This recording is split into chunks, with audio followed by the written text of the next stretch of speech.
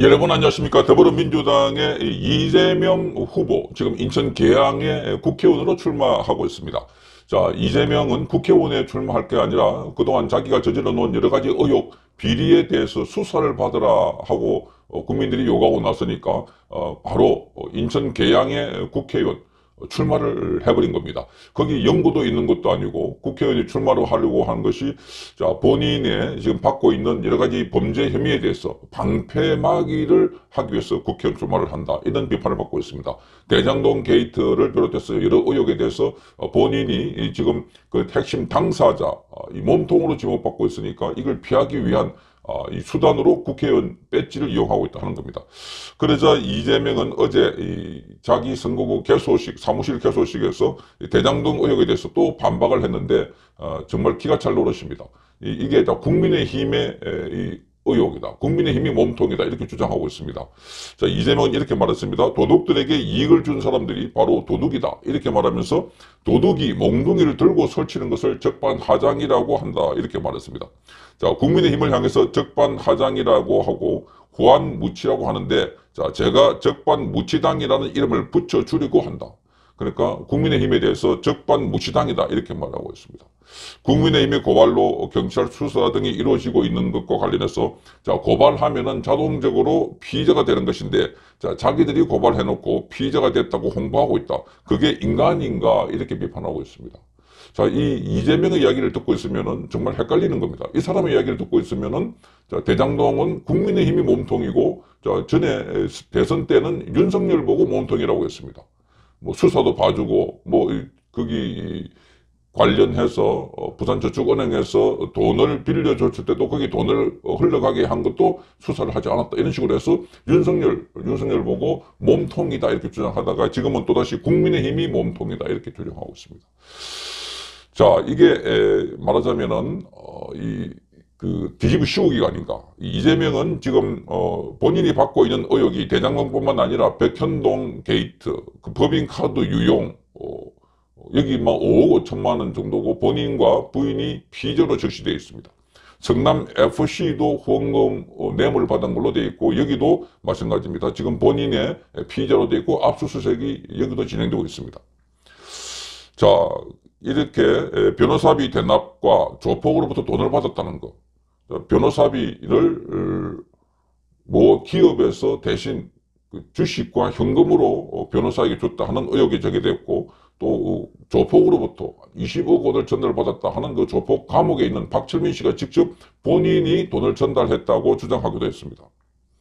그러니까 지금 여기 보면 또 본인이 이 선거법 위반 관련해서 수사를 받다가 이 대법원에서 무죄 혐의가 났는데, 그 과정에서 대장동 사건의 핵심이었던 김만배가 권순일 대법관을 만나서 8차례 만나서 사법 거래를 했다 하는 의혹을 받고 있습니다.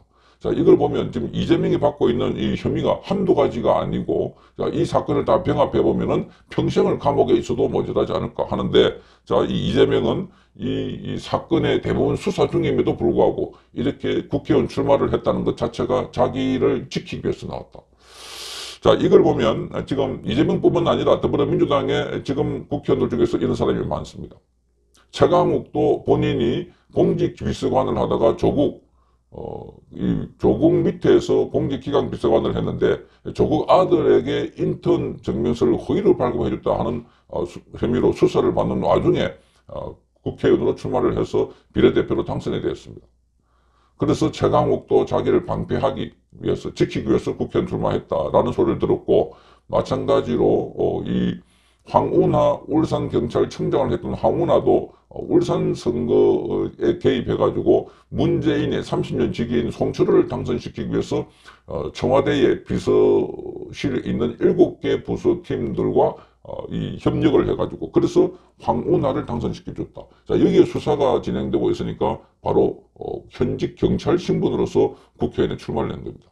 현직 경찰 신분에서 본인이 경찰 사표를 낸데도 불구하고, 자, 그런 비리 의혹으로 경찰에서 수사하고 있고, 자, 징계 절차를 거쳐야 되기 때문에 수사 다 끝나고 난 뒤에, 그래서 공무원은 이 사표를 수리할 수 없는 것이었습니다. 사표 수리가 안 됐는데도 불구하고 출마해서 배지를 달아서 지금 떵떵거리면서 금수완박을 주도했던 사람이 황운하와 최강욱입니다. 그러니까 자기들의 수사를 받았던 그 부분에 보복을 하기 위해서 경찰의 수사권을 뺏은 것 아닌가 이렇게 보여지는 겁니다. 많은 분들이 공감하시는 것처럼 대한민국에서 가장 중요한 가치는 자유입니다. 그런데 자유라는 게 지켜지기 위해선 애당초 뭐가 있어야 되겠습니까? 국가가 있어야 되겠죠. 그렇기 때문에 진정한 자유를 위해서 자유만큼이나 중요한 것이 국방인데 그 국방이 가장 많이 훼손이 되고 가장 많이 구멍이 뚫렸던 건 다름 아니라 문재인 정부였습니다. 지금까지 문재인 정부가 북한에 대해서 미국에 대해서 어떤 자세를 취해왔는가 이것만 보더라도 얼마나 국방에 구멍이 뚫려 있을지가 뻔했는데 이번에 그게 현실이 되었습니다. 윤석열 정부가 출범하기 전부터 논란이 됐던 게 청와대 이전 문제였는데요. 여러 논란 끝에 결국에 청와대는 용산 국방부로 옮기기로 결정이 됐습니다. 그런데 희한하게도 문재인 정부에 있는 사람들이 정말 적극적으로 나서가지고 반대했습니다. 아예 탁현민이 같은 경우는 윤석열 정부에 대해서 이런 식으로 저주까지 내렸었고요. 특히나 눈에 띄었던 사람이 임종석이었습니다. 사실 임종석 같은 경우는 정치계에서 은퇴했다라는 얘기가 나올 정도로 별다른 모습이 없었는데 유독 특이하게 청와대 이전 문제에 대해서 예민하게 반응했었죠. 그리고 가장 이해가 안 됐던 게 문재인 대통령의 반응이었습니다. 청와대 이전 문제는 원래 문재인 정부의 수건 사업이었습니다. 사실 이러다 보니까 저를 포함해가지고 많은 분들이 보기에는 의심이 될 수밖에 없는 거예요. 이게 그냥 단순히 윤석열 정부가 출범하기 전에 정치적인 목적을 가지고 흔들려고 한다라는 수준이 아니라 뭔가 다른 이유가 있는 거 아닐까. 그런데 보니까 진짜로 이유가 있었던 것 같습니다. 한국일보를 통해서 다음과 같은 단독 기사가 나왔습니다. 용산의 벙커가 뚫렸다라는 건데 충격적이게도 한미연합사령부 지휘통제체계가 해킹당했다라는 거예요. 대한민국 군의 시스템이 해킹됐다라고 할지라도 엄청나게 심각한 문제인데 이거는 지금 대한민국 군만의 문제가 아니라 한미연합사의 지휘통제체계가 해킹을 당했다라는 거예요. 단순히 대한민국만의 문제가 아니라 한미 동맹까지도 흔들 수 있는 엄청나게 심각한 문제인데 어떤 내용인지 자세하게 봐야 되겠습니다. 용산 지하벙커에는 한미연합사령부 지휘통제체계인 이른바 센트릭스 K라고 하는 게 있는데요. 대한민국의 육군, 해군, 공군뿐만 아니라 미군까지 군 전체를 통합하는 군의 중추신경이라고 할 수 있는 게 바로 센트릭스 K입니다. 워낙에 중요한 시스템이다 보니까 군조차도 접근할 수 있는 권한이 극히 제한되어 있는 걸로 알려져 있죠. 그리고 센트릭스 K는 국군 합동참모본부의 합동지휘통제체계인 KGIX와 연동이 되어 있습니다. 사실상 그러니까 지금 보도가 나오는 것처럼 센트릭스 K가 해킹당했다라고 한다면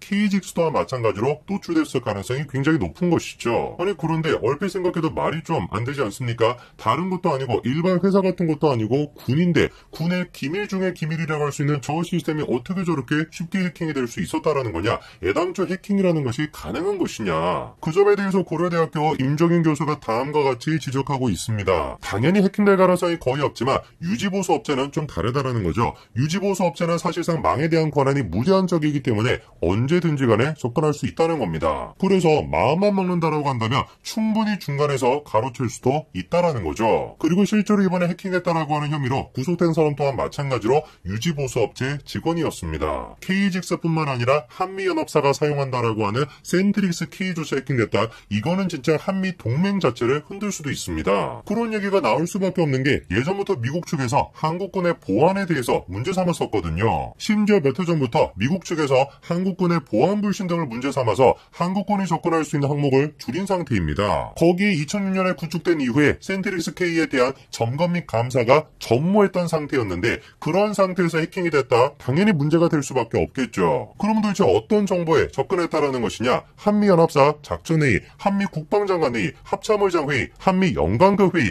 이런 회의 내용과 훈련사항, 심지어 군의 이동 경로와 주한미군이 필요라는 기밀을 수집했다라는 것이죠. 참 진짜 기가 막힌 노릇이죠. 대한민국 국방에 구멍이 뚫려있다. 이 정도 수준의 문제가 아니라 한미 전체를 흔들 수 있는 정말로 충격적인 사건인데 이렇게나 충격적인 사건이 청와대를 용산으로 이전시키지 않았으면 사실상 드러날 일이 없었던 겁니다. 생각을 해보십시오. 다른 데도 아니고 국방부입니다. 심지어 한미연합사입니다. 국방부와 한미연합사에서 도청이 가능했고 해킹 가능했다라고 한다면 다른 기관이라 그래가지고 그게 불가능하겠습니까? 자, 그런데 이 내용을 단독 보도했던 곳이 한국일보인데 묘한 이야기가 나옵니다. 단독 보도를 하고 난 뒤에 정리 정정 보도까지 한국일보가 했어요. 내용의 먼저를 보니까 센트릭스 K 관련 보안이 뚫렸다라는 것은 사실이 아니라는 거죠. 그리고 군 정보 자산이 센트릭스 K를 통해서 이적 단추로 유출된 사례는 없다, 이렇게 정정 보도를 내놨습니다. 원래 저런 식의 정정 보도를 볼 때는 단어 하나하나를 우리가 좀 꼼꼼하게 봐야 됩니다. 그러면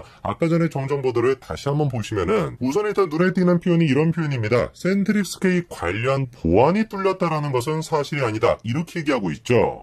그러니까 센트릭스 K와 관련된 보안이 뚫린 적은 없다라는 것인데, 저 얘기는 바꿔서 생각해 봤을 때 보안이 뚫린 적은 없다라고 할지라도 관련된 정보가 유출된 적은 있다라고 생각해 볼 수 있겠죠. 그리고 그 점에 대해서 재차 뭐라고 하고 있습니까? 군 정보 자산이 센트릭스 K를 통해서 이적 단추로 유출된 사례는 없다, 이렇게 얘기하고 있습니다. 그럼 이 모든 것들을 종합해 봤을 때 우리가 뭐라고 생각해 볼 수 있겠습니까? 센트릭스 K의 보안이 뚫리지는 않았다, 그러나 자료가 좀 유출이 됐다, 그리고 그 자료가 이적 단추로 넘어가지는 않았다, 이렇게 우리가 생각해 볼 수가 있겠죠. 이런 점에서 우리가 주목해 봐야 되는 게 월간 조선의 단독 보도입니다. 월간 조선에서 5월호 단독 보도를 했던 것이 사실로 밝혀졌다는 것인데, 그 내용이 다른 게 아니라 이겁니다. 용산 국방부 벙커 내 군 통신망에 감정 의혹이 있다는 것이고 4사에 착수했다, 이 내용입니다.